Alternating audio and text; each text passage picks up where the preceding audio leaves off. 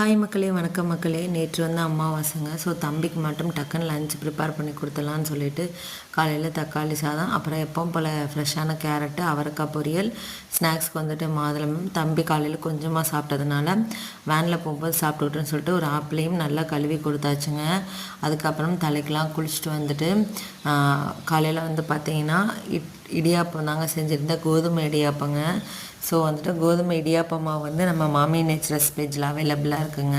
அப்படின்னா டிஸ்கிரிப்ஷனில் நம்பர் தரேங்க, நீங்கள் வாங்கிக்கோங்க. அதுக்கப்புறம் பார்த்திங்கன்னா கோதுமை இடியாப்பத்துக்கு தொட்டுக்கிறதுக்கு வந்துட்டு கெட்டியாக தேங்காய் சட்னி தாங்க அரைச்சேன். ஸோ காலையில் பிரேக்ஃபாஸ்ட் முடிச்சுட்டு துணியெல்லாம் துவைக்க வேண்டியது இருந்துச்சு, துவைச்சிட்டு மாவை இட்லிக்கு இல்லைங்க. ஸோ அது மாவும் ஆட்டியாச்சுங்க. மத்தியானம் லஞ்சுக்கு பார்த்தீங்க அப்படின்னா கத்திரிக்காய் சாம்பார், அப்புறம் ரசம், கேரட் பீன்ஸ் பொரியல், தயிர், அப்புறம் வடித்த சாதங்க. ஸோ மத்தியானம் லஞ்சு முடிச்சாச்சுங்க. முடிச்சுட்டு ஈவினிங் தம்பி வர்றதுக்குள்ளே பார்த்தீங்கன்னா கொஞ்சம் ஸ்நாக்ஸுக்காக மரவள்ளிக்கிழங்கு தாங்க செஞ்சுருந்தேன்.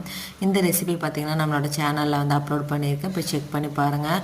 அப்புறம் ஈவினிங் வந்துட்டு பார்த்திங்கன்னா பாத்திரம்லாம் நிறையா இருந்துச்சுங்க. ஸோ பாத்திரம் எல்லா பாத்திரத்தையும் கழுவிட்டு அதுக்கப்புறம் பார்த்திங்கன்னா தம்பிக்கு போய் கொஞ்சம் நேரம் சொல்லி கொடுத்துட்டு இடையில வந்து பார்த்திங்கன்னா டேண்ட்ரஃப் ஆயில் ஆர்டர் இருந்துச்சு. ஸோ அதையும் செஞ்சாச்சு. எப்படி டேண்ட்ரஃப் ஆயில் ப்ரிப்பேர் பண்ணணுங்கிற வீடியோவுமே நான் நம்மளோட சேனலில் போட்டிருக்கேன், போய் செக் பண்ணி பாருங்கள். நேற்றைய பொழுது இப்படி தாங்க போச்சு. இந்த வீடியோ பிடிச்சிருந்தா லைக் பண்ணிவிட்டு சப்ஸ்கிரைப் பண்ணி